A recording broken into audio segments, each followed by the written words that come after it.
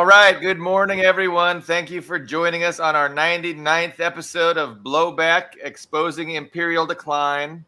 I'm Billy Bob on the West Coast, and I've got my regular co-hosts, Ben Toth from Page Hungry, Ian Cummer from a suburb in Moscow, and Carlo Parcelli on his deathbed in Washington, D.C. Jeff Brown is our special guest today. He is coming from Normandy, France. And the title of our episode is The Trump Shooting Hoax with a question mark. Now, Jeff Brown has prepared a lengthy PowerPoint presentation that he's going to share with us regarding, this assassination attempt. And let me just say, this assassination attempt a couple weeks ago was a milestone in American history, in world history, really. And there's all kinds of opinions, perceptions, thoughts about that event, and we're going to talk about that. We're gonna go into great detail on today's episode. And we might not all agree, but it's fine. We should just discuss it, I think. Yeah, I expect, there is quite a diversity of opinion regarding this event at the moment. There's probably a lot of different thoughts and understandings and ways to, understand it, really. So do we want to just go right into the first slide, Jeff, or you want to say anything to introduce it? Well, I'd like to do a little bit of an introduction, if you don't mind. Can I have a couple of minutes, please? Please, sure thing. Please. That is my awakening at 56 years of age was when I saw the World Trade Center skyscraper number 7 collapsing in free fall, and that happened to me when I was in 2010 after we moved back to China the second time. And as a certified U.S. science school teacher, I knew that was physically impossible.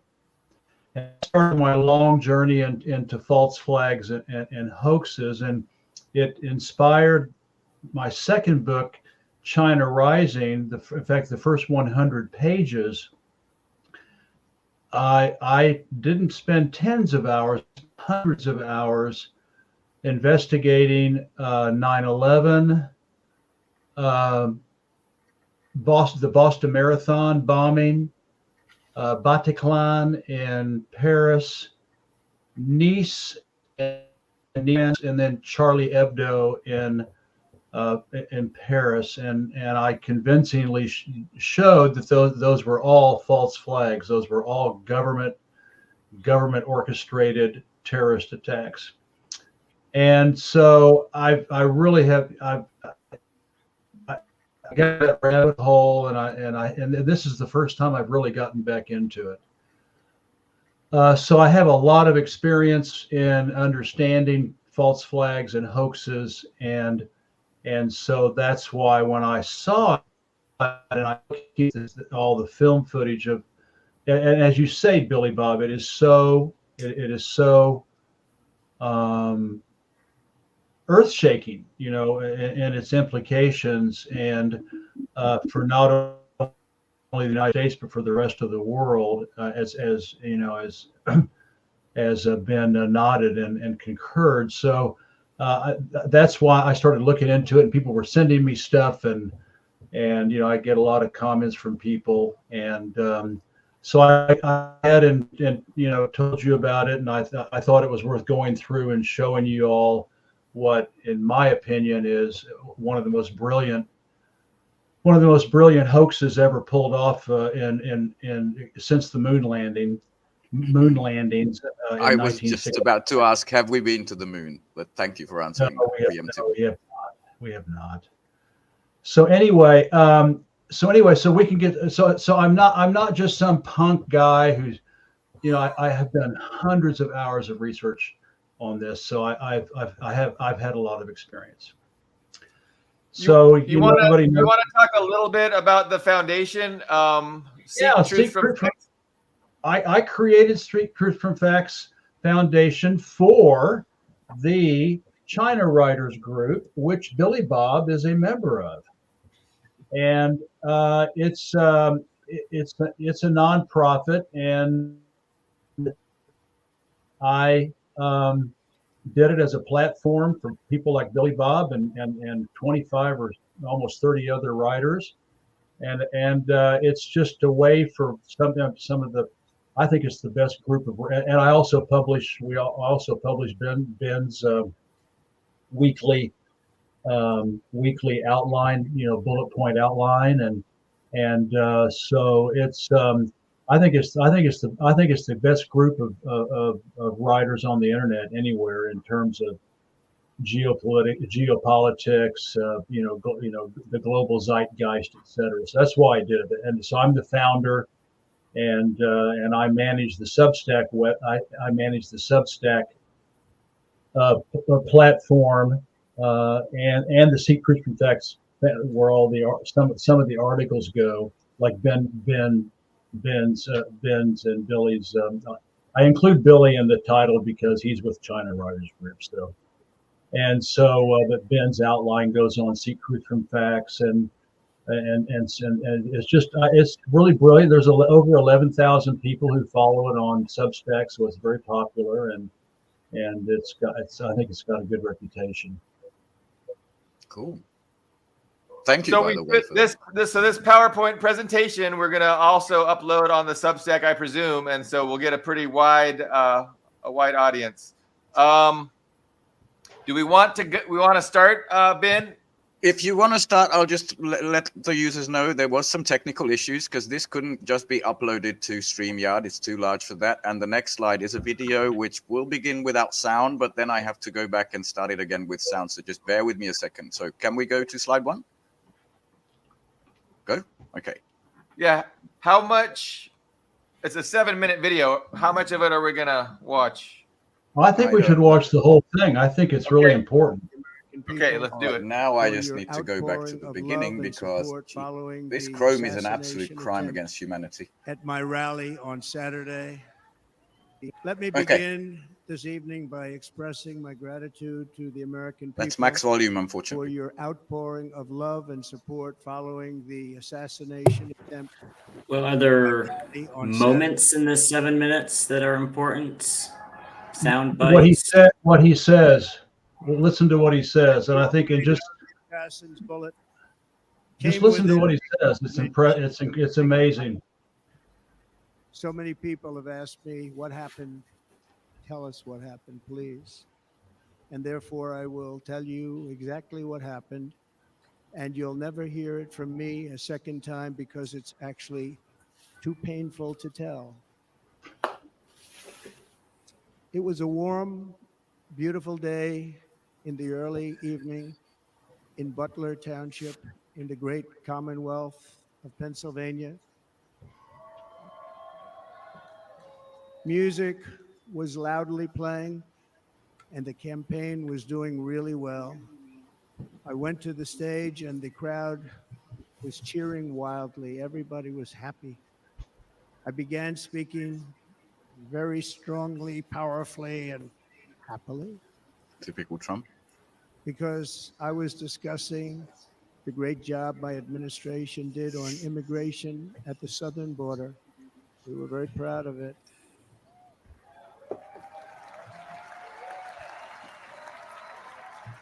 Behind me and to the right was a large screen that was displaying a chart of border crossings under my leadership.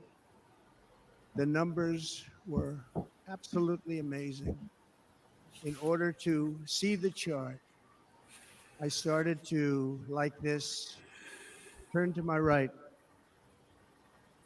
and was ready to begin a little bit further turn, which I'm very lucky I didn't do, when I heard a loud whizzing sound and felt something hit me really, really hard on my right ear. I said to myself, wow, what was that? It can only be a bullet. and moved my right hand to my ear, brought it down. My hand was covered with blood, just absolutely blood all over the place. I immediately knew it was very serious, that we were under attack, and in one movement proceeded to drop to the ground. Bullets were continuing to fly as very brave Secret Service agents rushed to the stage, and they really did. They rushed to the stage.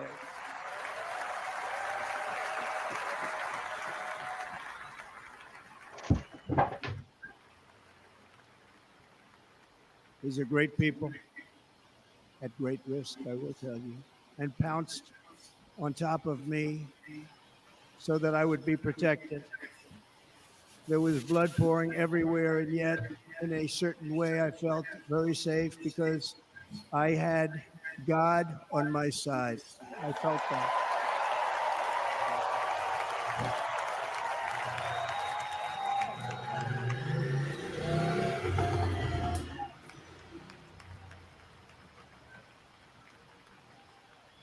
The amazing thing is that prior to the shot, if I had not moved my head at that very last instant, the assassin's bullet would have perfectly hit its mark, and I would not be here tonight. We would not be together. The most incredible aspect of what took place on that terrible evening in the fading sun was actually seen later. In almost all cases, as you probably know, and when even a single bullet is fired, just a single bullet, and we had many bullets that were being fired, crowds run for the exits or stampede, but not in this case. Very unusual.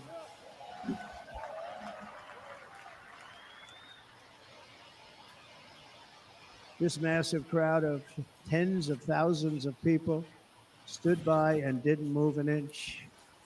In fact, many of them bravely, but automatically stood up looking for where the sniper would be. They knew immediately it was a sniper.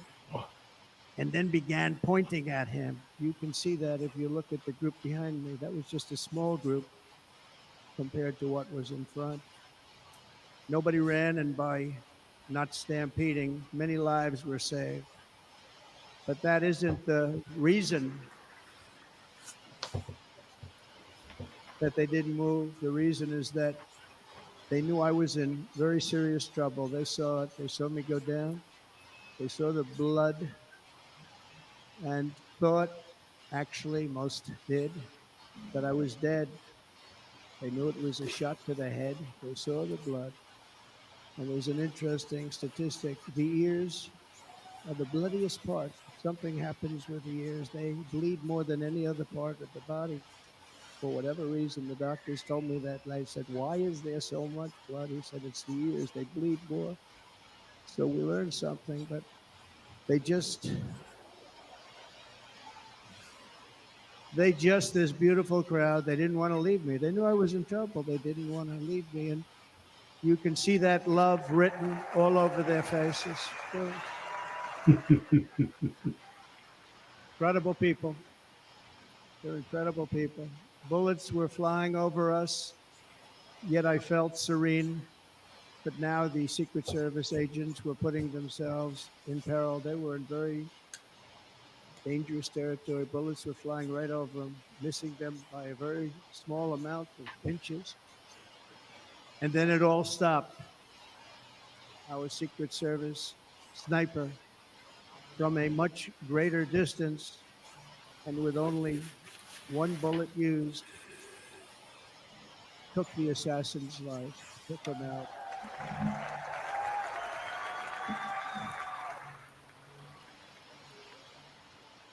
I'm not supposed to be here tonight. Not supposed to be here. Yeah.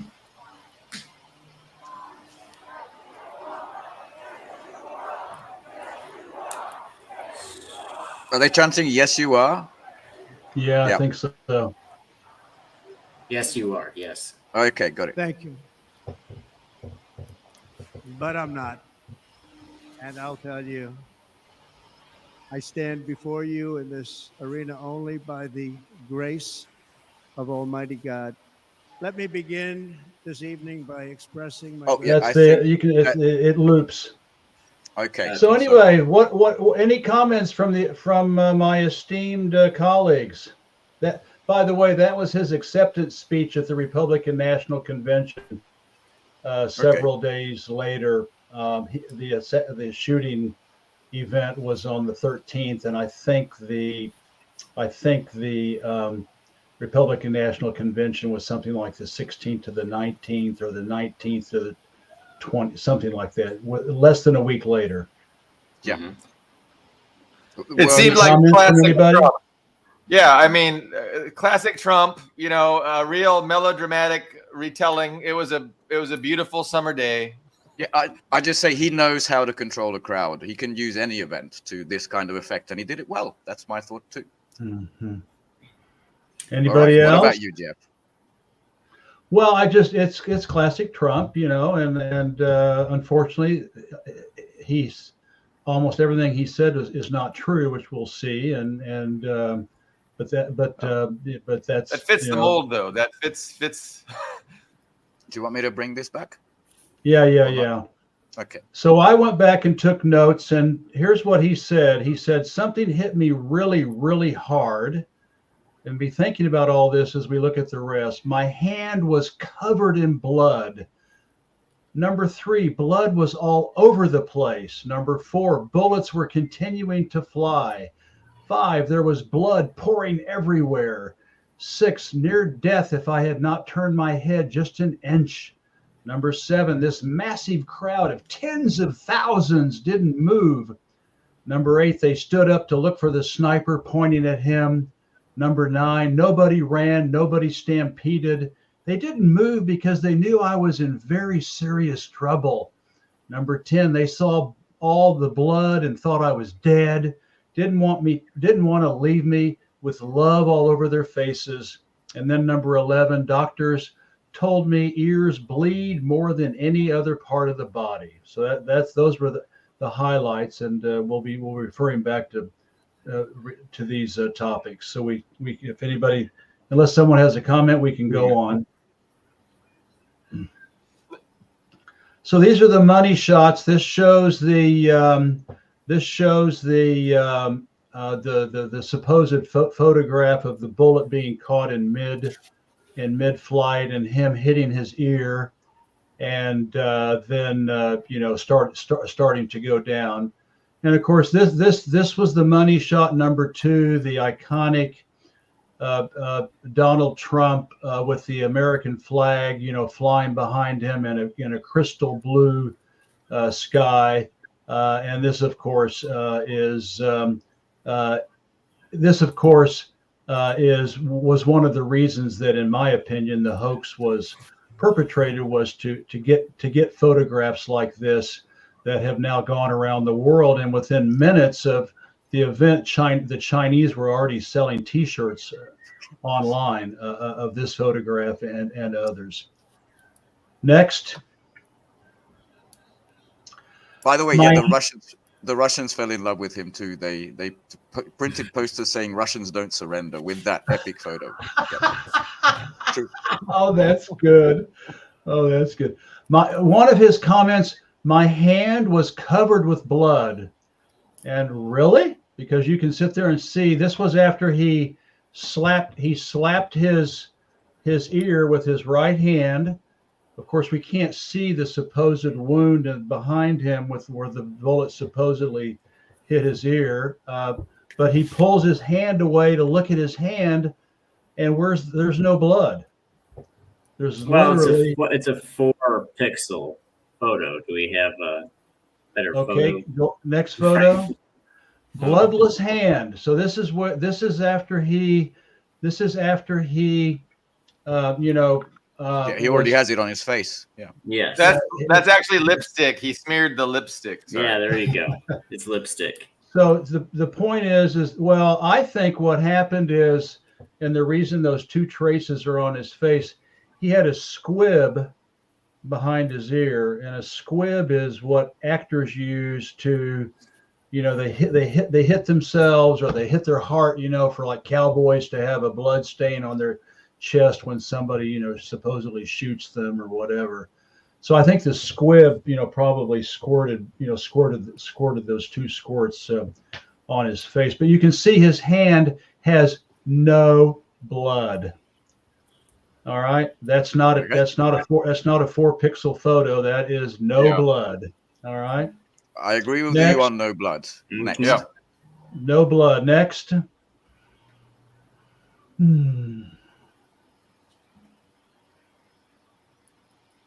Okay. Yeah, it's not squirting all over the. Did you freeze, or shall I go on, or are you contemplating? Oh no. Has Jeff frozen? Jeff? Yeah, seems like it. His audio was going in and out. Hopefully he'll pop right back in. But Damn. yeah, now I do want to point out, since someone died here, I was thinking that the whole that's time. true, but Yes. you could see when Trump was on he went to the ground, his head was down and his face was facing the ground, and that's, I think, when the drops of blood from his ear made those marks. But True, he got up this way. Yeah. I mean, if we're going to, what should we maybe kick him and bring him back on? He's not coming back. No. I can click remove, but I don't know how to bring him back in. Do you know? Sorry, everyone. I do not. I think he might. We have a second Jeff Brown in the. Okay, I'll remove the original and add you to the stage. You seem to be back. Yeah, I'm back now. Is this the next one?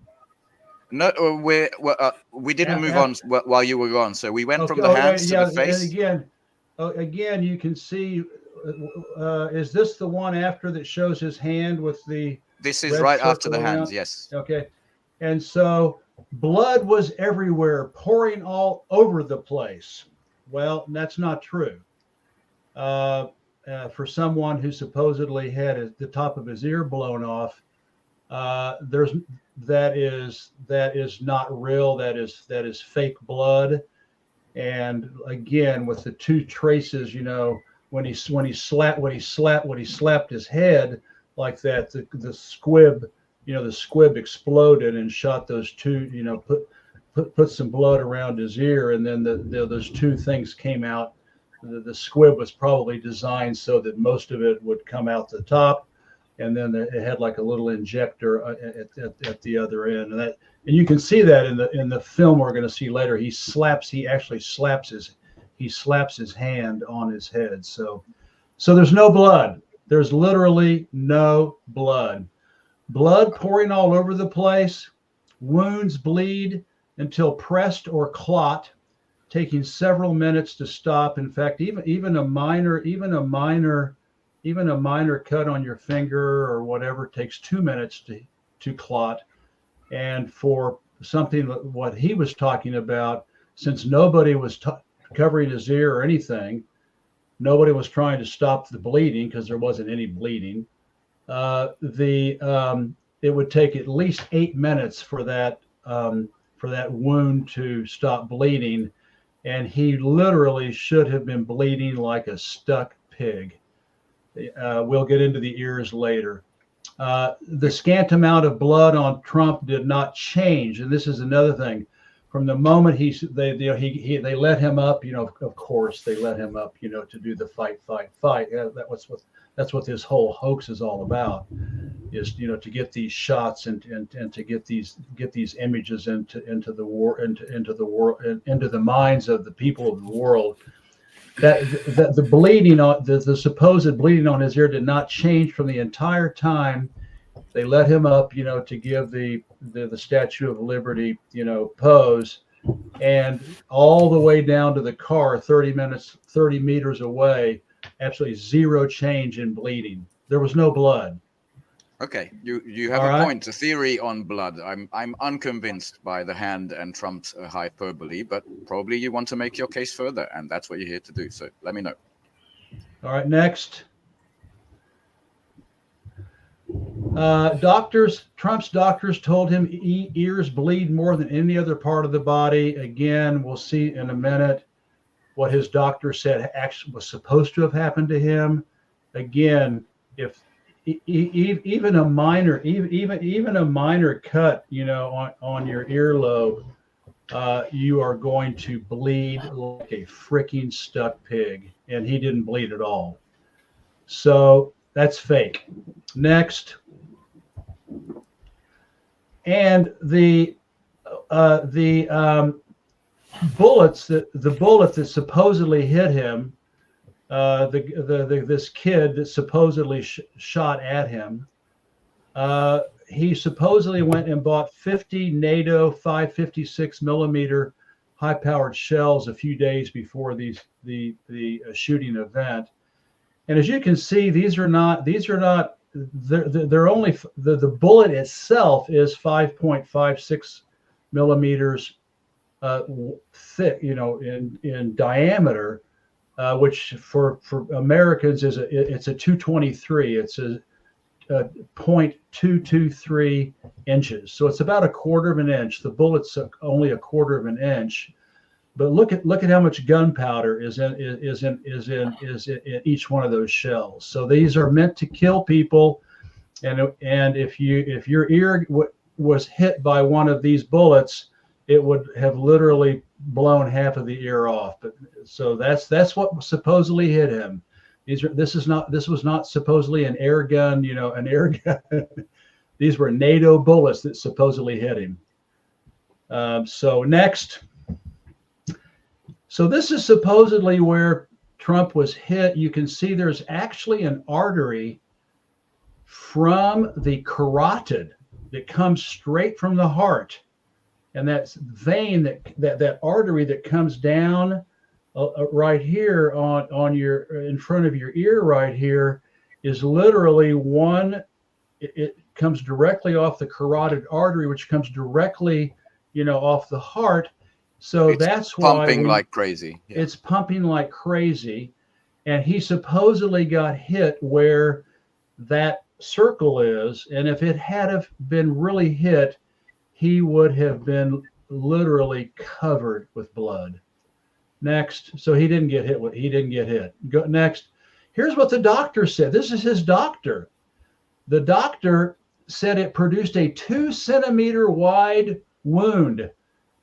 Everybody put up your hand and estimate 2 centimeters is 3/4 of an inch for all of you Americans out there. He supposedly had a wound that is 3/4 of an inch wide in his ear.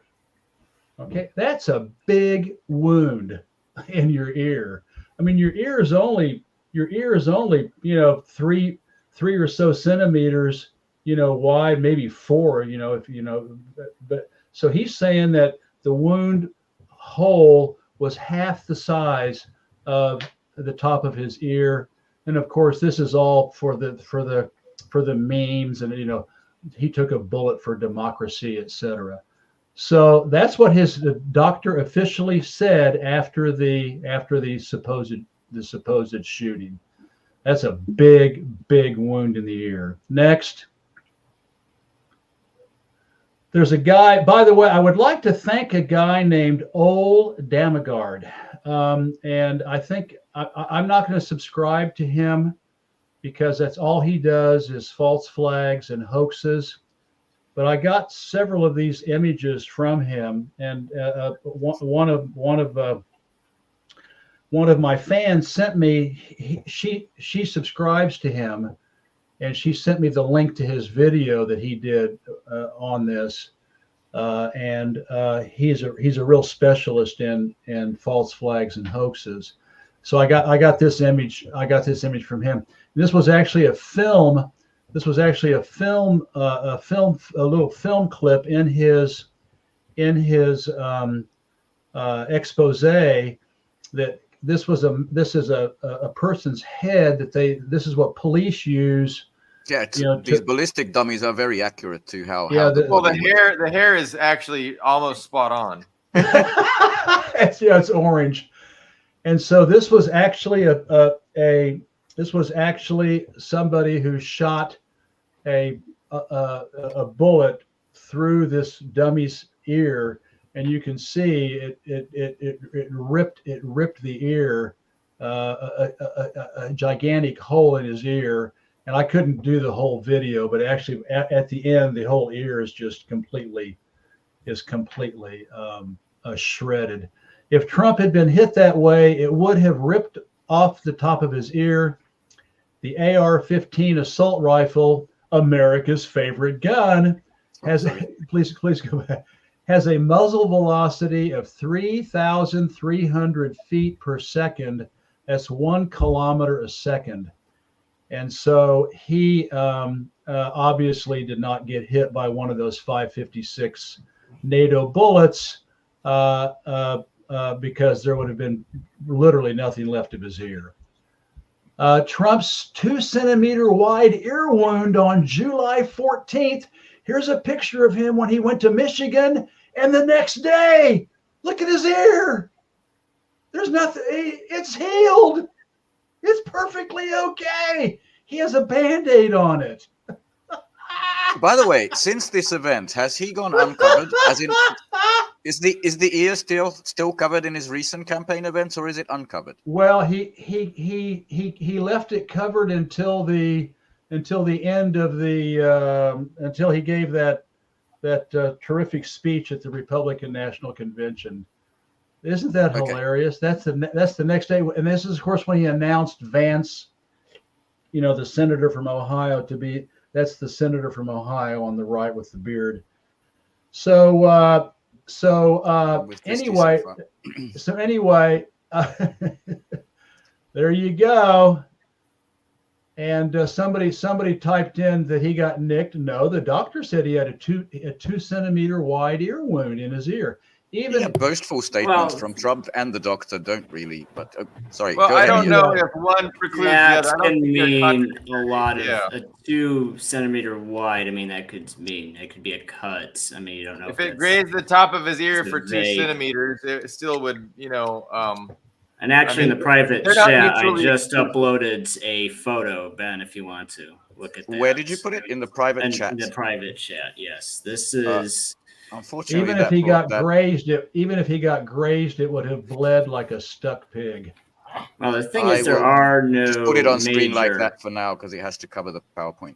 Yeah, there are. So the projectile in a 5.56, because it's not shooting that whole cartridge. It's actually the same size as the 22 rimfire. Those little sports rifles. It's actually the same caliber. What the difference is the velocity because it has a much larger charge. So it's not necessarily going. I mean, I'll be honest. I don't know what it looks like when it hits an ear, but it is known for being very fast. So it can just go in one side and out the other without taking anything with it, like a larger and slower projectile would, like the ball munitions for black powder rifles. Those can cause way more damage. The reason why is because they're slower and they're larger. But it's not a large projectile, and it's not a large bullet. And there's also no major blood vessels in the ear either. I mean, yes, there are in your head. So wounds to your head, if you hit yourself on the head, in the scalp, in the ear, I mean, there is going to be but it's going to look very bloody. But it's not going to bleed a lot because there's no major blood vessels in your ear. There just aren't. There's not. Yeah. Sorry. Thor was talking about. Thor's probably some kind of a mixed martial artist if he has cauliflower ear, or maybe a wrestler because they get the same thing. Yeah. And he says, his doesn't bleed too much. But I mean, if the lower earlobe obviously probably won't bleed much at all. I mean, up here it'll probably bleed more. But it's hard to just say that, right? It's hard to just say that, hey, we know with certainty that if he was hit with that bullet, there would have been more blood. Like that's an opinion. It's a tough thing to prove. Yeah, exactly. Well, and the thing about the hand, I mean, yeah, it's true. I mean, that is true. You saw his hand afterwards. My question is, if it's a squib, if it's a false flag, if it's a squib behind his ear, then why would that produce less blood? I have to watch that, John. I mean, the problem with saying there wasn't any on his hands, well, that doesn't prove it was a squib. All that proves is there was no blood on his hands. Yeah, it's interesting. Because if there was a squib, well, okay, he slaps his head, he slaps the squib. I mean, then there would be blood on his hands if he slaps the squib. Yeah. Yeah, but we're only not yet halfway through the presentation. So Jeff, just let me know if we can speed up. Going now. This massive crowd of tens of thousands, he said, here is Trump's Butler rally in 2020. He was in Butler, Pennsylvania the night before the election, or the day or two before the election. And so that is a rally of tens of thousands. Whereas 4 years ago, and there it is again in 2020. He was in Butler, not at the stage set where they did the hoax, but the stage set. But this was at the airport or in the town. That's the kind of crowd that Trump can easily draw. He got the year wrong. So what? He got the year wrong. That's it. Okay. I'm guessing the next picture will be 2024, meaning comparison. Yeah, exactly. And so here's the Butler rally site on July 14th. This was actually the next day. And it looks like a movie set. Afterwards. Yeah. I tell you what, it was very cleverly done. There were no aerial shots allowed. You cannot find an aerial photo, no drones, no nothing for the actual on the 13th. I should have changed this to the 14th. I'm sorry, it's my mistake. But you can see that looks like a stage set for Shakespeare summer plays. I mean, that's hundreds of people, not hundreds, tens of thousands. That's not even thousands of people. It's a few hundred people. You can see can I use my mouse? Oh, I guess I can't use my mouse, but you can see the stage there in the middle. You can use mine. There's the stage. Yeah, right. Yeah, there's the stage right there. There was his podium. There were the two things, the two other stands to the left and to the right with the screens on top that he was showing. This is where a man got killed. Yes. No, supposedly. So how does this? Not to cut you off, but how does this prove or disprove that he was shot? What does this prove? Why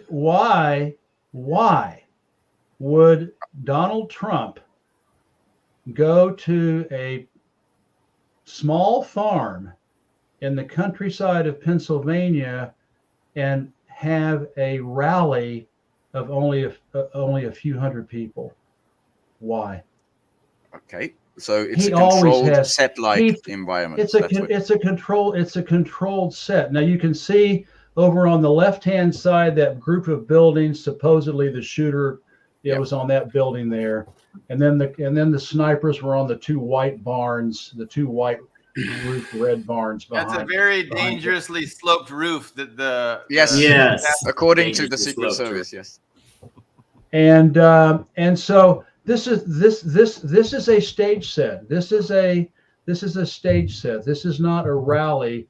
This was a controlled movie set to get the images and the impressions that they wanted. Trump can fill Yankee Stadium. Why would he?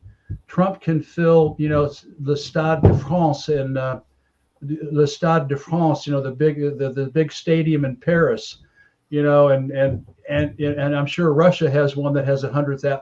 He can fill those all day long. Why did he set this thing up with a few hundred people? Next. All right. If you think that it, by the way, I'd like to also thank old Damagard. The next two slides I got from him. You can actually hire crowds on demand. This company is called Crowds on Demand. This is so American. And you can, if you want Antifa versus Black Lives Matter, you got it. You want LGBT versus, militant Catholics. Proud Boys or something. Yeah. Yeah, the Proud Boys. You got it. They can do anything you want. They can have any kind of crowd you want, crisis actors, etc. So if anybody says, well, then how did they find all those people? Well, you just pay them. These are actors. Hey, Jeff, a viewer wants to just clarify that you are agreeing that the Secret Service was in on the hoax to get this PR shot, right? Well, I don't even think this. Those people around Trump were not Secret Service. They were crisis actors.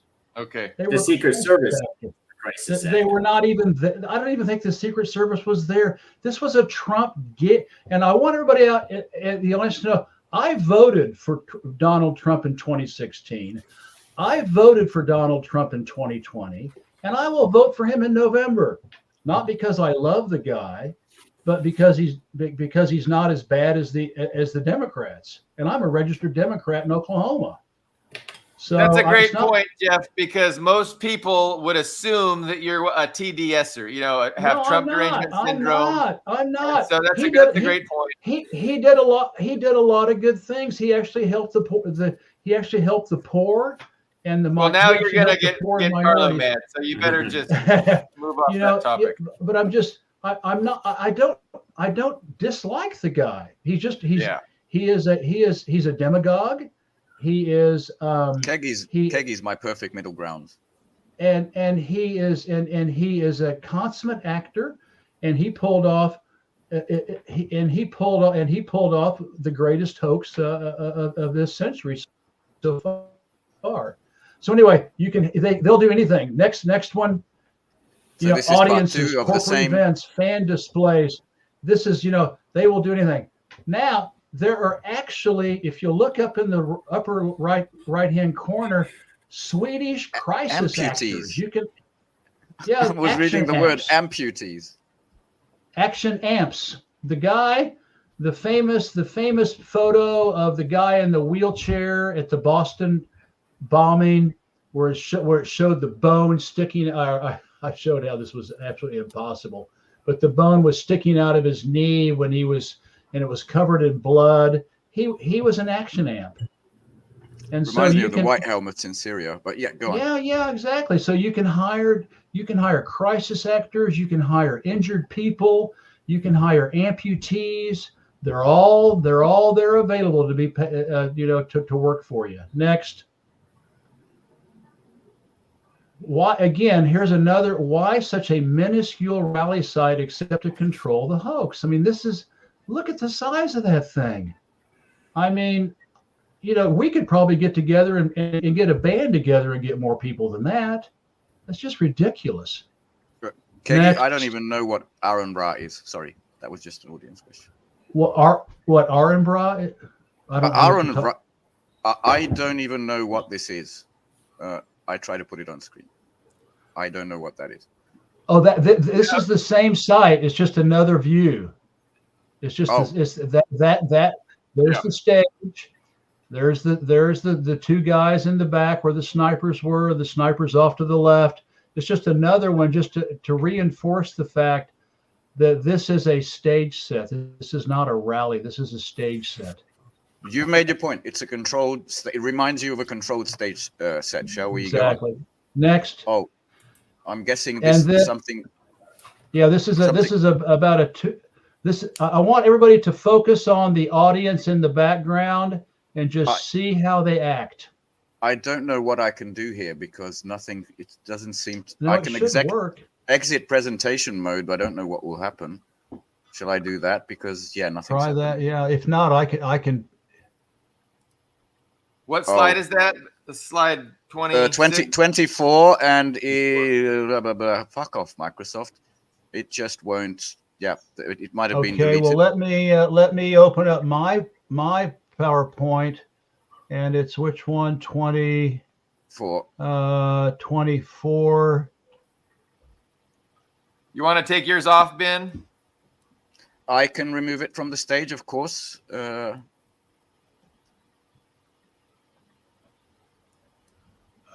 you see my screen now? No, you haven't added it to the. I can add it share. here. Oh yeah, There. cool. Good for you. No, this is my screen, dude. Oh, I that just was my screen, I think. Where's? Let me try and do slide 27 Is it vital? This or 24. Well, Yeah, I can't play that slide. I can't play the video on that slide. If you tell me what it is of, I can maybe find it on YouTube. No. I mean, I've got it right here. Anyway, what's going on is it shows step by step what's going on. And I say here is a short video of the event. Notice the non-actors away from the stage fleeing. So I just wanted to point out there were obviously the controlled group was around the stage, but there were obviously some locals who were later interviewed, etc. Well, we have some stills afterwards. Yep. And those were the guys that were saying, look, we see the guy up on the roof, etc. Those guys were probably not crisis actors. Those were actually locals who got in, but were not allowed to get into the controlled stage area. They were kept away and out on the edge, on the perimeter, and below where the shooter was supposedly on top of that building. That's where they were. And what's really interesting is those non-actors, when they realized that they thought that they saw someone on top of the building with a gun, they all started running and fleeing. Okay, and so this is very, very critical. These are normal people who think they're could get killed, and they run and get away, and it actually shows them running away from the potential shooting sites. That's all I just wanted to show you. Okay. It's unfortunate that we can't play it. That's anymore. all right. Trump claims the fans didn't move because they thought he was in trouble, maybe dead. 8 shots were supposedly fired into the crowd. Is this how you would act? And if you, this is how crisis actors act. They act robotically, and they're just sitting there. Bullets are flying. Trump is down, and they're just looking. They're just checking things out. There's a guy up there in the upper right-hand corner taking a photograph with his phone. No one's moving. Everybody needs to be in their place so that they've got the backdrop of the people behind Trump who's down. Those are crisis actors. This is what happens during false flags. There are a lot of different ways people react. I was going to say, I don't know how I would react. Yes, so there can be running away, especially if someone next to you runs away. There's a tendency for people to copy what they see others doing. It is very normal for people to just freeze when. And the whole event probably took like 10 seconds, and all 8 shots were fired, and it was done. That was it. Oh, actually, that's true. One time I saw someone come very close to death. It was an accident on a canoe trip, and the guy just clacked and went underwater. I completely froze. I didn't do anything. I was just frozen in the ground. Yeah, other people went to help. That's when I discovered how I would react. So just a small anecdote.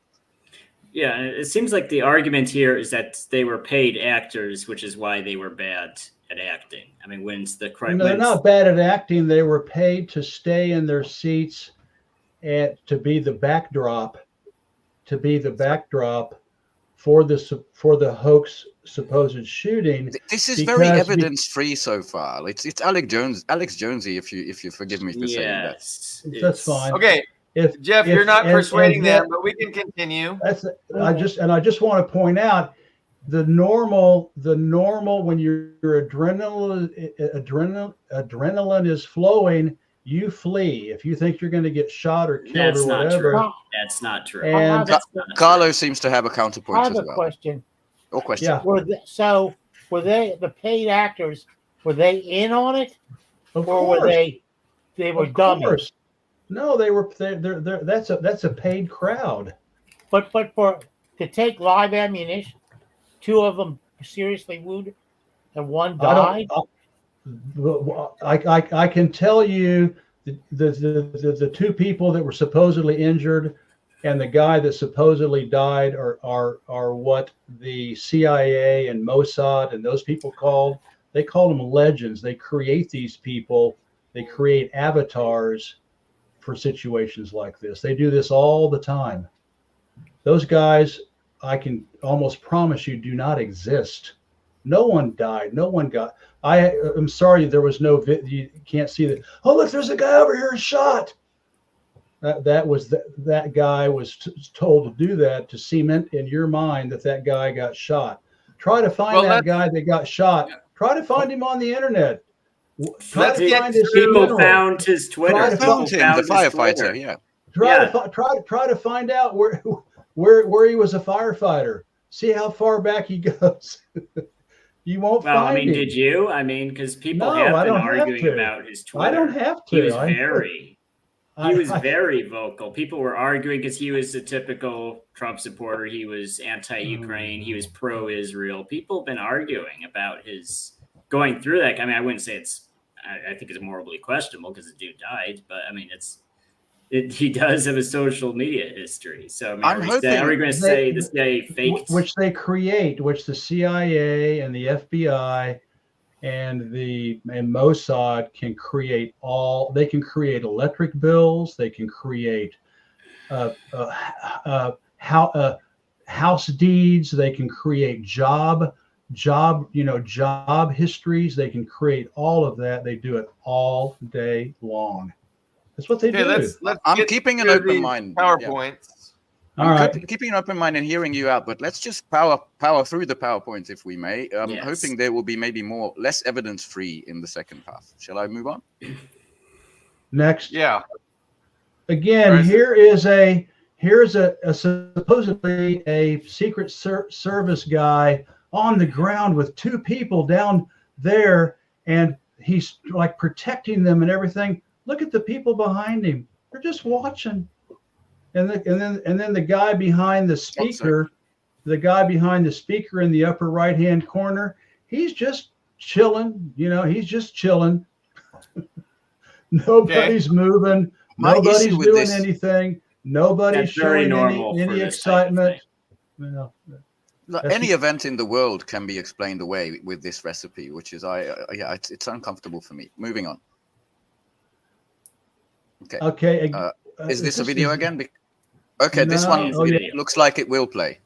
Our country, probably 20 million people. And that's a little bit old, that chart. That chart's a couple of months old. Come on, where's the... If you want to really see something that said, take a look at what happened. Okay, there's the shot.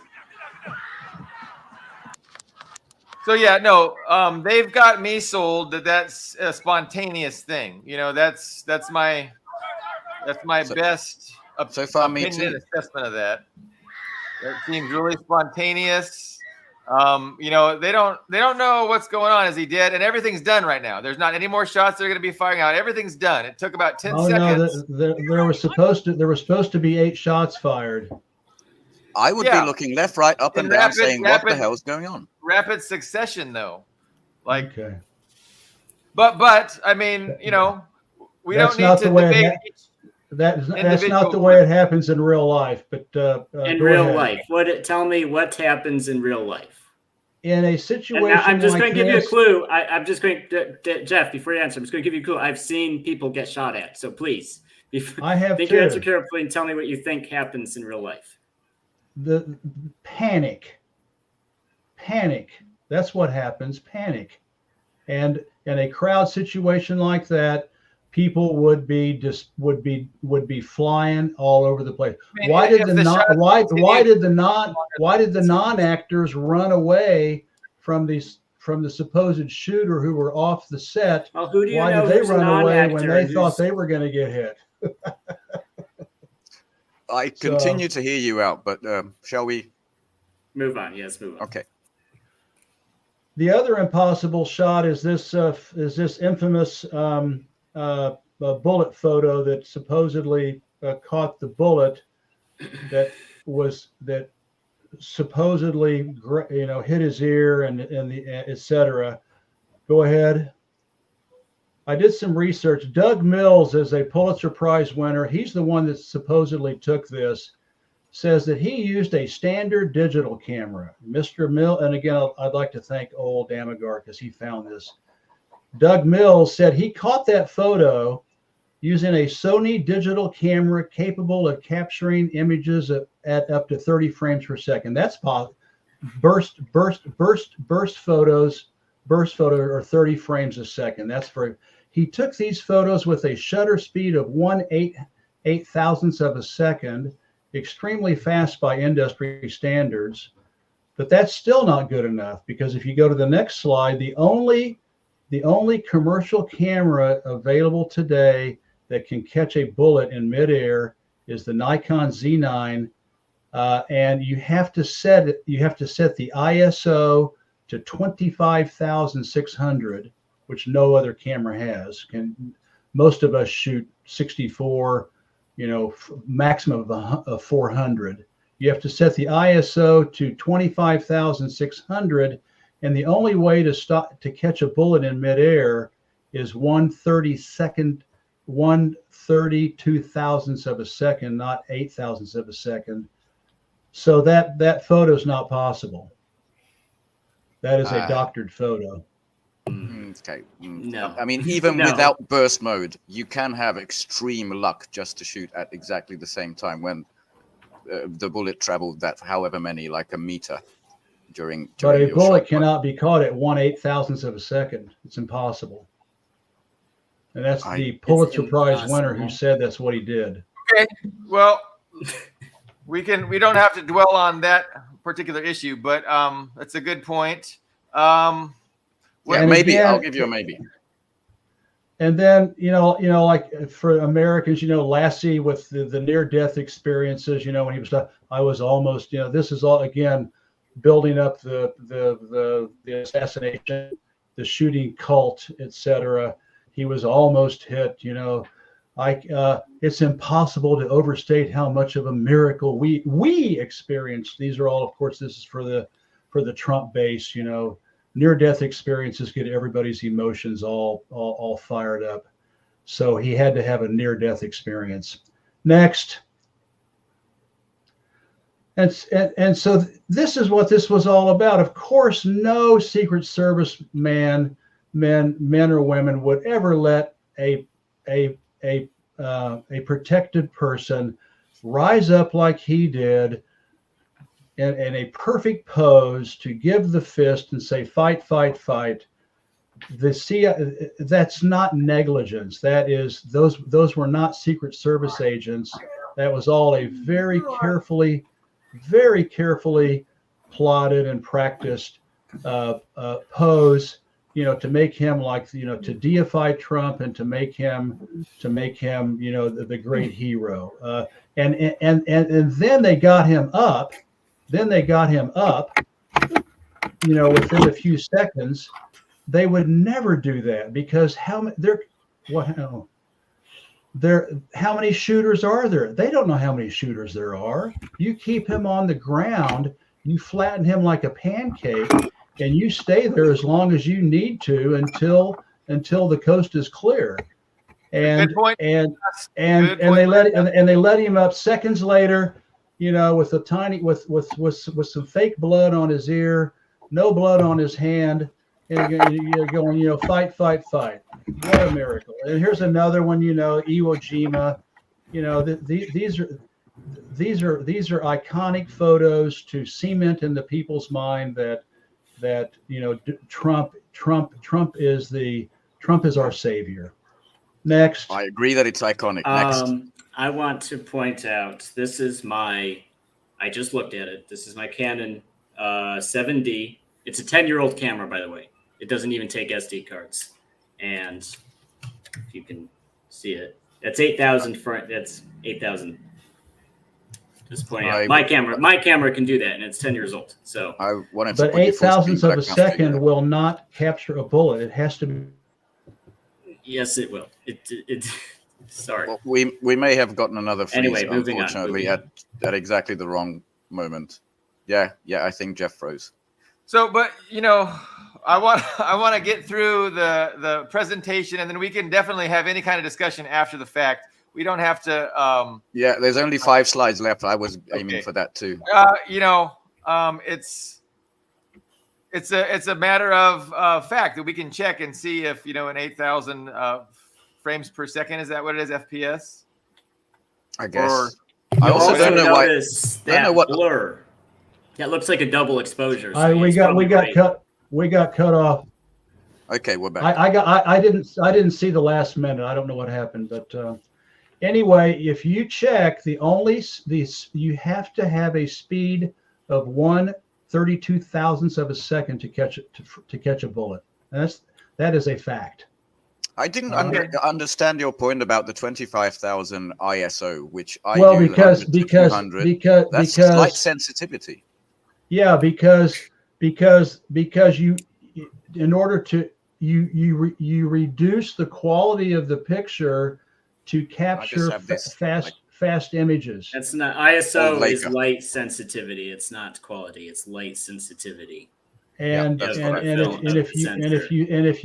you set it at 64, like for roses or flowers or whatever, then you're not going to catch the bullet. I looked this up and I read an article, and they say, here's how you capture a bullet: 1/32,000th of a second, maximum ISO, and that's not possible.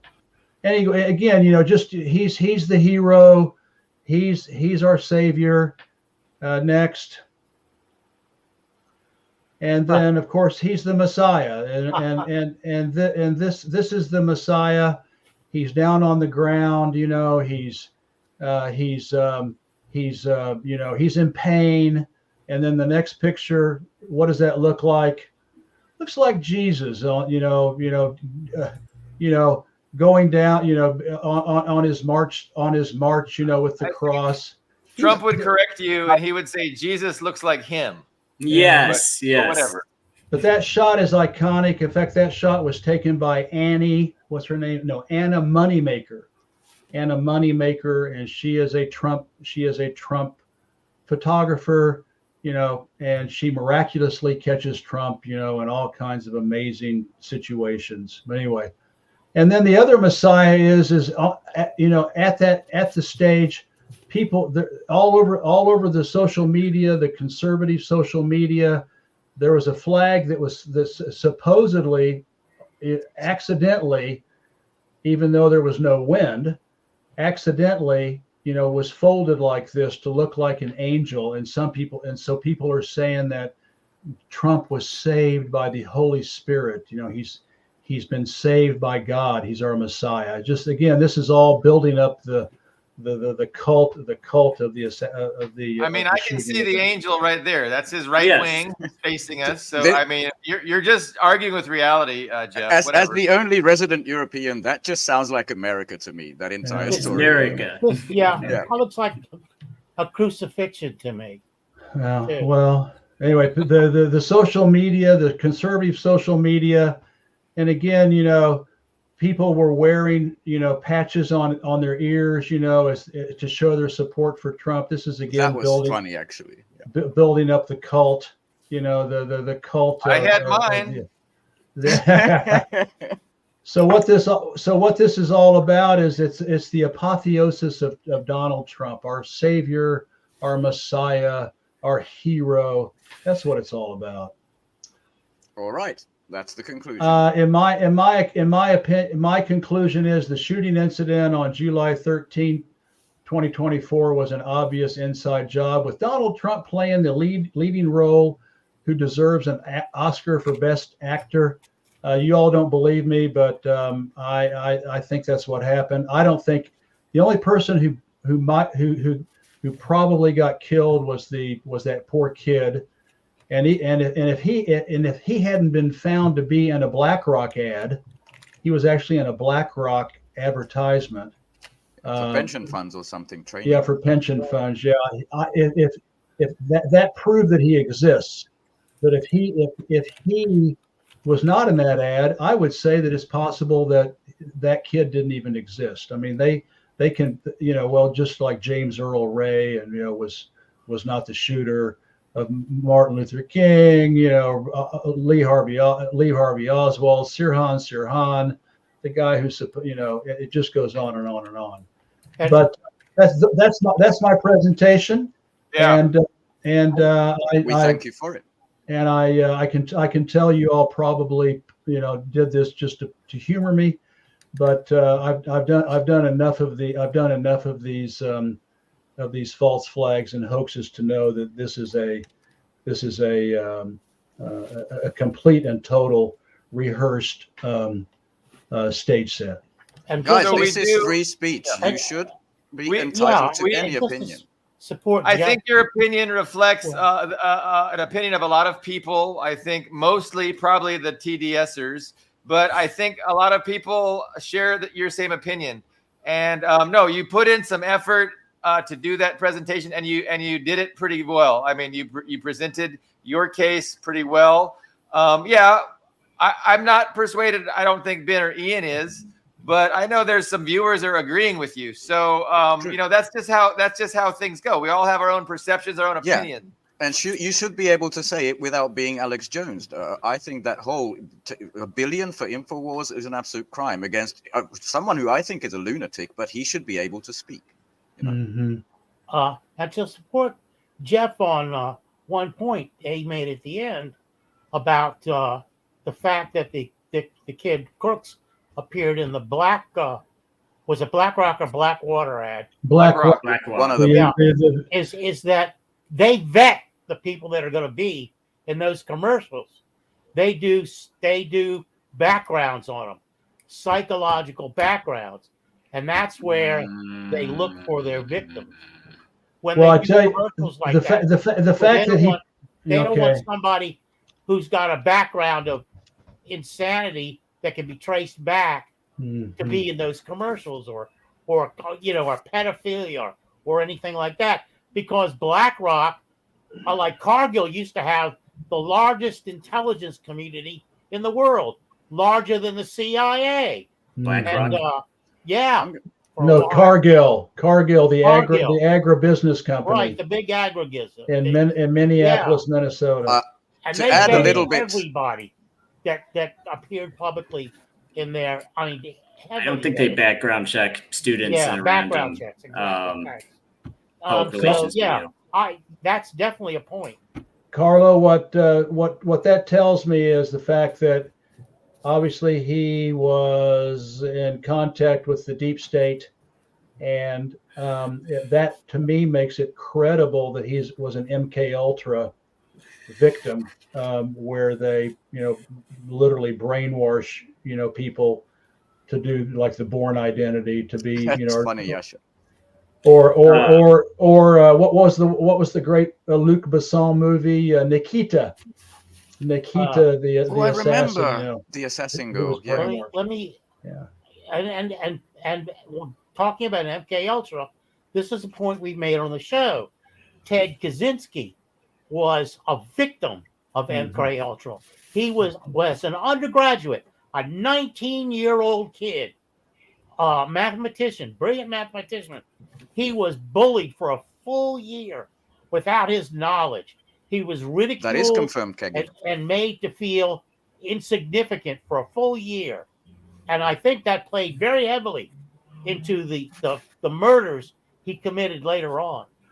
So there is something to that. Ben, I put a photo in the private chat if you want to. Oh, you always do this to me with the private chat thing, and then it Hey, opens let me contextualize what we're talking about here, because I think there's three primary options regarding this spectacle, regarding the Trump assassination phenomenon. So either number one, it was, as Jeff is suggesting, it was an inside job perpetrated by Trump. Number two, it was an attempt to assassinate Trump by one lone gunman, and there was severe incompetence by the security services. Or number three, the security services facilitated this lone gunman to assassinate Trump. I think these are the three possible understandings of this event. Okay, a fourth. Well, Go ahead. give us a There's fourth. a fourth. The fourth one is that the deep state, meaning the city of London, Wall Street, NATO, the pharmaments, the pharmaceutical, that's the deep state, basically CIA intelligence. They decided to quit trying to destroy Trump, accept him, that he's going to be the next president, and because Biden was toast, and that this was a deep state operation to scare the bejesus out of Trump, to remind him that he can be killed at any minute. That's the All other right. one. Well, I have five. What about the squib? I'm just telling you. I'm just telling you. What about the squib? I have 5 and 6. I'm just telling you. Well, Ian, you say there was a squib. You say there was a squib, and Well, you said there's a squib. Why would he be scared of a squib and he put it on his own ear? Yeah. Well, I'm just saying. In that case, you have to believe that his ear was nicked, and it Well, didn't bleed. So his My number wife 4 has- contradicts his presentation. He's just saying that's a possibility, but it Okay, doesn't go. gotcha. It doesn't correspond with his presentation. You have 5 and 6, Carlo. Yeah, my wife from Rosalie, because she won't appear on camera. She thinks that people in the anti-Trump community of the Republicans wanted him dead, and that it was people like our vice presidential nominee for the Republican Party, and JD Vance. and I can't even remember. I'm sorry, but those people, the people who were bad mouthing him, set it up because he's an old man in the way of their being promoted within the party. But a more convincing 6 is Trump is worth far more dead than he is alive to the people that are backing him. He would be a cash cow as a martyr. And that's their arguments. Whatever happens, number 99 is the most American episode so far of this show. That's for sure. I would say my working hypothesis is that he was a lone gunman that got lucky and did not have was not working was not being run by the intelligence services. But I'm open to that perspective. Those are so I'm liable to think that it was severe incompetence, but I don't close off the idea that perhaps he did have help from factions within the agencies.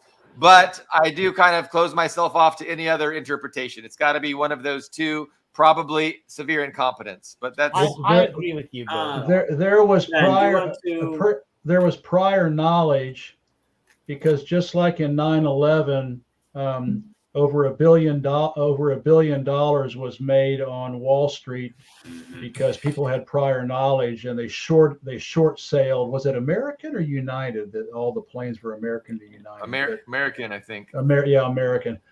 A bunch of big short sales were put in the day or two before 9/11, and they made $1 billion. In this case, so there was prior knowledge. In this case, there was a short sale on Trump's company, not as big, but still, if Trump had been killed, it would have tanked his company, and they shorted it. But unfortunately, it didn't work, and it's a company that's related to BlackRock and George Soros. Yeah, no, that's a clue that suggests that there was, intelligence machination trying to kill him. Yeah, I agree. Ian, I'll bring back your photo. Do you want to? Yes. So the first photo, I put up 2 photos. The first one, of course, is the Lee Harvey Oswald assassination. Jack Ruby. The assassin of JFK, who was himself shot, and you can kind of see the reactions of people. You can just see they're just standing there. Even the sheriff in the tan suit, in the Obama tan suit, he was copying Obama with that suit.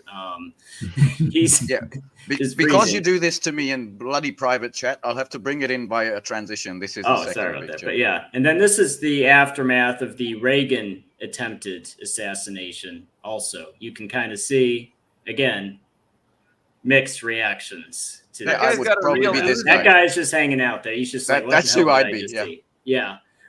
So it is complete. I mean, unless we're going to say every presidential assassination and attempted assassination was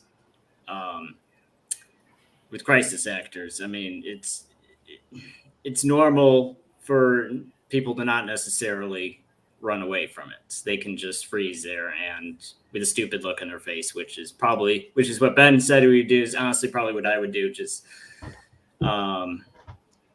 Yeah, if you're sitting back there and you know over 10 or 15 seconds, 8 shots are fired and then it's done. Like, what are you gonna do?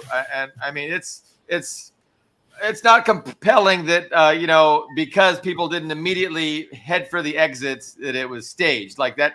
To me, I don't necessarily follow that line of thinking, but Just based on the picture, this might be a question right up your alley, Ian. Where did the Uzis go? I remember them from all the movies in the 90s. Where did Uzis go? well, Uzis were popular for a while.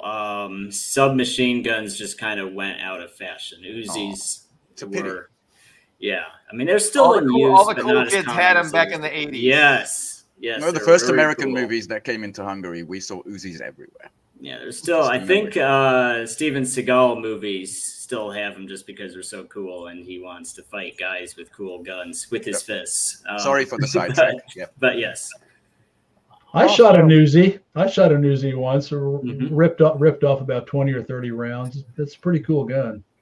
Good on you. So what was the context? You were, hopefully it was target practice, Jeff. Hopefully Yeah, you weren't. target practice. Okay. No, and not the deep state, right? no, Yes. not the deep state.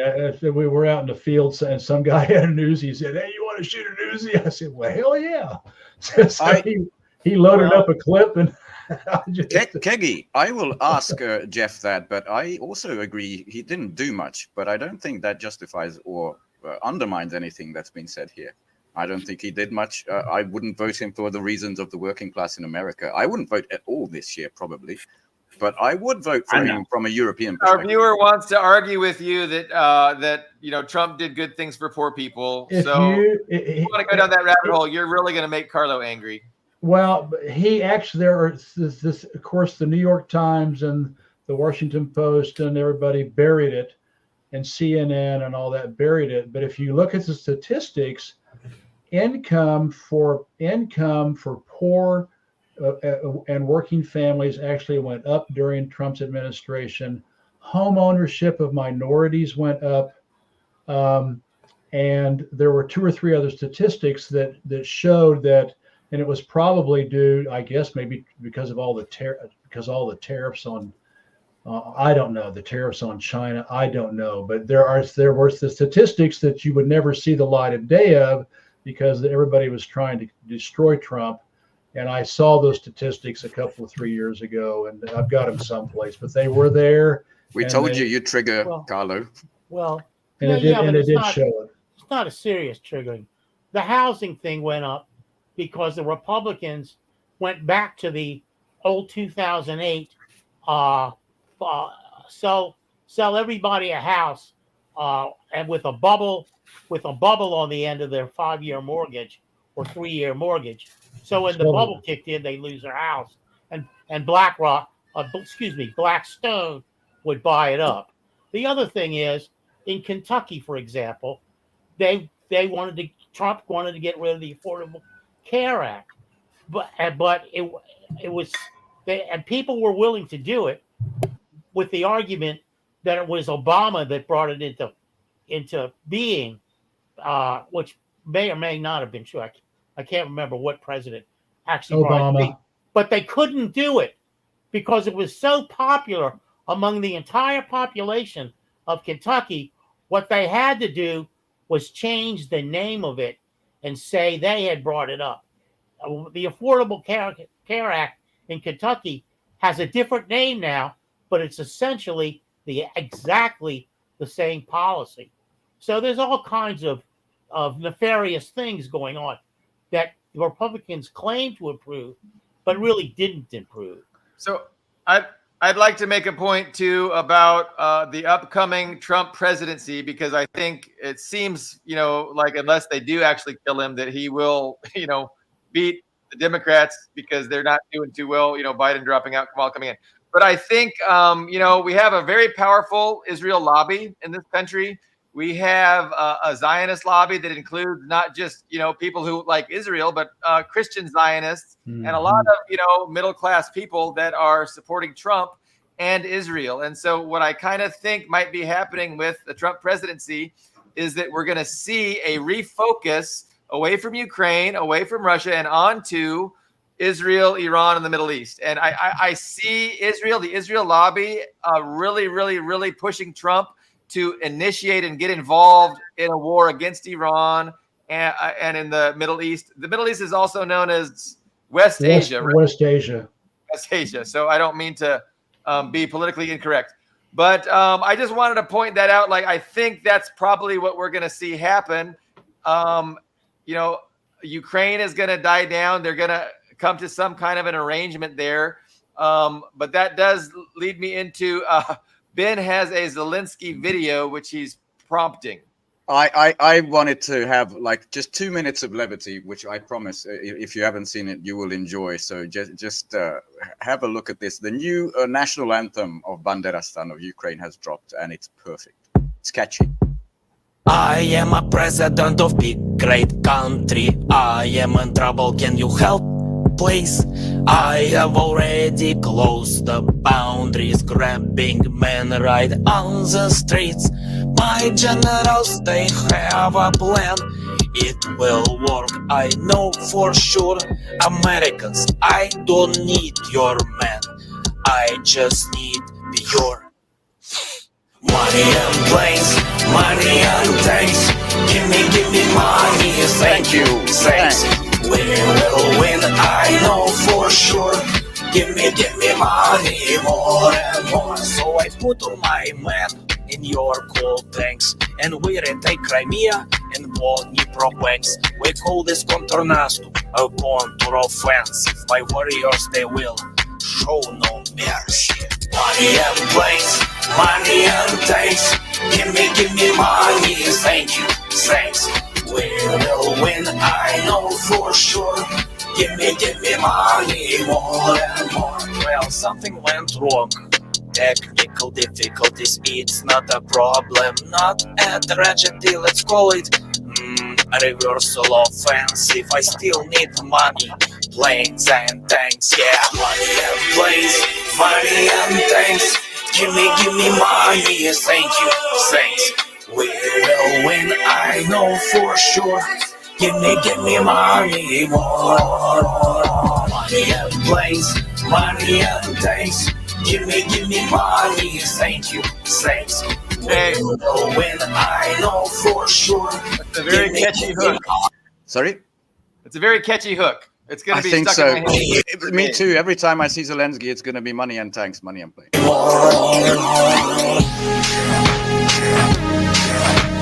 Give me money, more and more. Give me money, more. I am a president of a great country. I am in trouble. Can you help, please? Americans, I don't need your man. I just need your. Is that a Hungarian production? I don't know. It's from the Lord Bebo Twitter account. Likely a Russian product, I'd say, but I don't know for sure. 2 years of extremely good memes, and this is just the king of them, I think. By Jeff, the way, Carlo, I want to tell you, Carlo, Ben and I, we have socialized medicine. We've got socialist medicine in Europe, so it's nice. Yeah, I don't know about Russia, but we've got great medical care here in France. yeah. I'd like to ask you guys. I mean, I gave my spiel. Billy Bob thinks that it was a lone shooter. What do Ben, Ian, and Carlo think happened on July 13th? I'm just curious. I'll start. I'll definitely think that it's established now that there was gross incompetence either way. What I'm torn between is lone shooter. I've heard it too many times in my life. I'm more leaning towards somehow groomed, somehow organized this guy who doesn't have a history, who was bullied in high school. It's a special mold that what we call the deep state can use for such things. So I definitely think there were bullets that killed a man. So I'm still on that part of the fence. Color? Well, you showed two assassinations. Basically, the Ruby shooting of Oswald. You went back to the Kennedy assassination. First of all, I think that was a plot, obviously, by the deep state. Alan Dulles was intimately involved. The actors of the particular players in the mafia were involved, so on and so forth. With the Hinckley assassination attempt on Reagan, I think that was more like what we saw just a couple of weeks ago with Trump. I think it was a failed assassination attempt by a lone guy who just basically got it in his head. My theory is, and I'll repeat it again, is that the kid was bullied all of his life. I don't care what the fucking principal says. He wants to fucking keep his job, but or whatever, keep his reputation. But if the kid was bullied all his life, and here comes one of the biggest bullies in the whole fucking world coming to his hometown, that might have been too much for him. And I think it was just a failed attempt on his part alone. I mean, I hear stupid stuff from people I think that are smart, like Binney. William Binney. Anyway. Yeah, Bill Binney. Yeah. Bill Binney, right? Anyway. The NSA tech guy. Right. Thank you very much. And he's saying, look, what was he saying now? He was saying, oh, right. How could this kid have contact with all these people outside the country and encrypted contact? Well, Benny, have you heard of Facebook? Benny, have you heard of the World Wide Web? Have you heard of anything? You dumb shit. All you have to do is be a kind of a geek who likes encrypted messages and send it somewhere to another geek around the world, anywhere in the world. Using free phones. If I could do encrypted. So I'm hearing stupid shit from all these people I generate. And it boils down to this desire to support Trump when it's not a binary situation. Like Ben said, don't vote for anybody. I mean, I wouldn't if I were an American. Yeah, neither would this year. I would never vote for any of those bastards. None of them. I mean, look at Jimmy Dore. He goes on. The government is criminal. Whatever anybody in the government says is criminal. They're liars. They're liars. And then this ninny Mike Johnson, who heads the House Republicans, he makes this statement about ID cards for voting, and Jimmy Dore goes, "Oh, that's a good idea. That's a good idea." Jimmy, you just said everybody in government lies, and then you're accepting this fucking liar statement at face value. You haven't even looked into it. You're a fucking nitty. Please don't die on stream. That's it. No emotion. I'm not bringing any emotion to these things. So, Ian, what do you think happened? We haven't heard from you.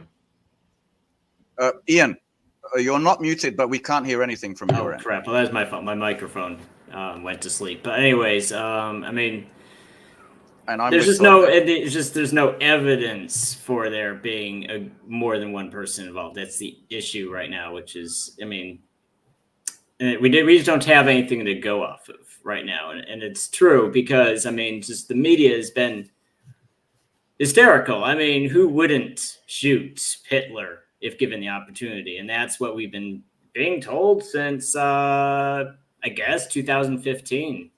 Yeah, even true. before. Yeah, I mean, it's been 9 years. That's an important aspect, and I don't mean to cut you off, but I do want to focus on that because I think it really could possibly, plausibly, probably have motivated this kid, really believing all the evil things that the media said about Trump. Trump is a threat to democracy. Trump will be a dictator. Trump will end democracy as we know it in this country. If you're a 20-year-old and you are naive and impressionable and believe that, and you don't have a lot to lose, and you think to yourself, I'm going to be the hero, I think that could totally play into the motivation. And so I think the media has a lot of culpability. If that was what happened, I think the media definitely is largely responsible for creating this TDS because it's a media-induced TDS, and it's quite possibly could have caused this assassination attempt. Well, the thing is, can you imagine if there was an assassination attempt on? I guess no one cares if Biden lives or dies at this point, but can you imagine if there was an assassination attempt on Kamala Harris? Can you imagine? There would be literally thousands of journalists scrutinizing every detail of that person's life. We would hear nothing else. Another great point. Another excellent point. But they barely talked about this kid. It was it reminded me of the Las Vegas shooter, actually. How they talked about, it was like one of the biggest mass shootings in American history. Right. They talked about it for 2 days and then it just dropped out. We never found out anything about this guy's motive, about why he did it, what was the chain of events leading up to the shooting. They just talked about it for the minimum amount of time they could and then just moved on to other things. Memory hold it. Absolutely. Yes. Also, there's dozens of assassination attempts on high officials in this country. It's just that the security dozens. Yes, the security stops them all, either at the early stages or middle stages, but they stop them. Yes, they're not. You're not going to know about them. I'm not going to know about them. Why wouldn't we know about them? Why would they not? Well, there was actually an article I reposted on Substack, and this was actually the ninth attempt to assassinate Trump. Most of them, like Carlo was saying, they catch him. And there were actually some where a guy tried to drive a forklift, and why so negligent then? Yeah, I think. Like if they've been trying to kill him, then that suggests factions within the establishment were facilitating the attempt. But don't forget, Trump has his own security detail. And back when he ran in 2016, he did not trust the Secret Service, and he has the money to have his own security service, and which in my opinion, those guys that were in the movie were his security service guys. And he doesn't trust the Secret Service, even though he lied through his teeth and said he loves them. He has never trusted the Secret Service because he knows what happened to John F. Kennedy and Robert F. Would Kennedy. you trust them? I wouldn't. No. Yeah. So they allowed JFK and RFK to be assassinated. So and I think he knows that. The Secret Service director resigned, right? Yeah. And yes, she did. Didn't talk about what happened. She didn't talk about any facts of the attempt. And then the director of the FBI also recently testified and didn't say anything. Yeah. Apparently, all the audio, the communications on radio between the Secret Service agents, that wasn't recorded all day. So there's a lot of things that don't make sense and we'll never fucking know. Just like with JFK and RFK. I have just the tiniest anecdote about the Secret Service. I have a cousin, and she married a Secret Service agent. Now, and when I was 12 years old, we were over her parents' house, and for a New Year's Day, everybody ate. Tons of Italians. Well, I was 12 years old. And I was a catcher on my baseball team for the CYO. So I brought my baseball mitt. Joe Alfano was there, and he got he got looked at by minor league for a minor league team. He was a good catcher himself, so he would play catch with me. and teach me things about how to catch. And so, but my cousin's husband, who was in the Secret Service, he wanted to crack at me because he pitched in college, and he actually still coaches college, junior college teams. He's a good ball player, but he was like in his 20s, like 23, 24, and in college, and I'm a 12-year-old. And so he's throwing to me, and he's like throwing hard, throwing really hard. You know, I can't. I would say at least in the mid 80s or maybe the high 80s, and I'm 12. So he's throwing so hard that my cousin went up to him and said, "Cut it out."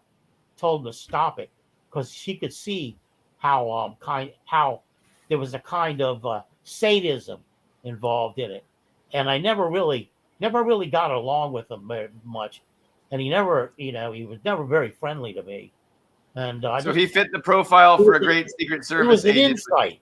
I got an insight into how these Yeah. fuckers work, how cops work. You know, all the cops I ran into when I was filming demonstrations, how they work. You know, I got insight into that. And one of my favorite things to do at demonstrations was to go up to the CIA guys and put my camera right in their face. Go right up to the FBI guys, put my camera right in their face. Go up to the INS guys and put my camera right in their face. And there were a lot of INS guys there looking for because I was doing Central America, work for Central America. They were there looking for people that didn't have papers to be there, you know, and that was, I have to admit, that little piece of me, that was the most fun about filming demonstrations, making those guys really uncomfortable, seeing them turn and walk away from you. You know, I got my little fake press badge on, and they didn't feel they could do anything to the press, even though it was a fake. It's a nice fake. We made, we got into the National Press Building with them. Oh, yeah. It's before they had the detectors, metal detectors. Yeah, the scanners to see if it was a Scanners, fake right, badge all or that. real badge. So So, any final thoughts though before we convene our 99th episode? I just want to thank definitely the panel, Ben, Ian, and Carlo, for 99 episodes. We do about 2 a week, give or take, but we average about 2 a week. So this Tuesday, Tuesday will be our 100th episode. I would like to hear how Jeff felt about it.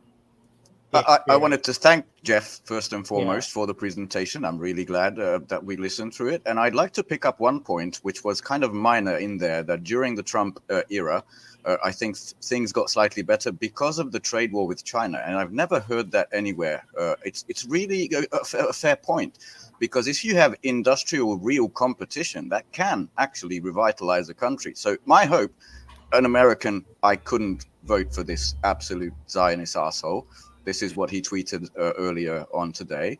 But as a European, I'm still going to make this point that people in Europe, these gutless plastic leaders, the Borrells, the Scholzes, these guys, they're terrified of Trump, because not only will he likely leave them alone to fend for themselves in security terms, but he might launch a trade war against Europe, which also is, the Russians for 2 years have been thanking the West for the sanctions because it revitalized their economy. So in such a selfish way, from Europe, non-US voting, non-citizen, I still support Trump against the embodiment of death, in my opinion, which is the carcass Biden. Okay, that's all. That's my perspective on this. And I want to point out, too, on that point about jobs, and actually this week, I haven't seen it much in the national news, but in my town I used to live in Iowa, John Deere is tractor maker, doing right? Tractor maker is doing mass layoffs, and they're justifying it by saying, "Oh, there was a decrease in sales this week or this year." Everybody I've talked to says that's BS. The real reason is because they're building a plant in Mexico. And they're laying off. They did mass layoff. There's been 4 suicides so far. Because they're not laying off, the kids who just started work. They're laying off the guys with 20 20-something, really close to retirement. Those are the people they're laying off. And they're doing it because they want to build a plant in Mexico. They want to be, the face of America. They want to be that all-American brand, but they don't want to pay American wages. They want to pay Mexican wages. So they're building a new plant in Mexico, and firing American workers. So that's American. That's the American business sector for you. That's American. It's called capitalism. Yes. Yeah. I love that they can start this conversation about, for instance, outsourcing Mexico, never mentioning who did NAFTA. It's just so annoying to me, one of those things. But Jeff, the last word is yours, and thank you again for the presentation. No, thank you all very much. Thank you very much. I always enjoy being with you guys, and thank you for having me on again.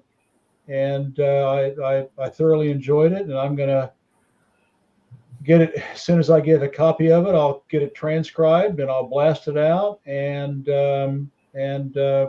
promote your guys' work. I got to find some way to get a link from Billy Bob when you do your show, so I can put him in the Substack that goes out to 11,000 people. I don't use Facebook, and so I use it to post my work, and that's all. So if I could get a link from Billy Bob, when there's going to be a show, I will. That's going to cause more anxiety. I kind of like the fact that we don't have a big audience. It makes me less. But yeah, I'll definitely. That's all I have to say. Thank you. I'm going to go downstairs and have a really nice French meal, and I'm going to have a really nice half bottle of nice French Cabernet Sauvignon wine, and then we're going to have, after that, Ben can relate to this, and then after that we're going to have some wonderful Norman cheese, Camembert, Pont-l'Evêque, Livero. Also, you should be grateful you're not in Paris at this moment, which looks like utter chaos to me, for anything I can see.